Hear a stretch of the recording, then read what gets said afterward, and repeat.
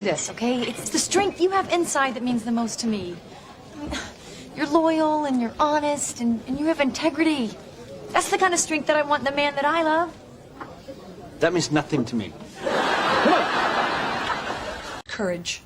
When I thought you wanted sex in exchange for this job, I said no. That shows integrity. And I was not afraid to stand up for myself, and that shows courage. In English vocabulary, we will learn the word integrity. It means adherence to moral and ethical principles, soundness of moral character, honesty. Also means the state of being whole, entire, or undiminished, to preserve the integrity of the empire. Pay attention to the pronunciation. The first one is the word represented using the International Phonetic Alphabet. To pronounce integrity, have in mind that the size of the syllable indicates where the accent or stress is. In this case, the accent is in the second syllable, corresponding to teg. Below are other ways to pronounce it.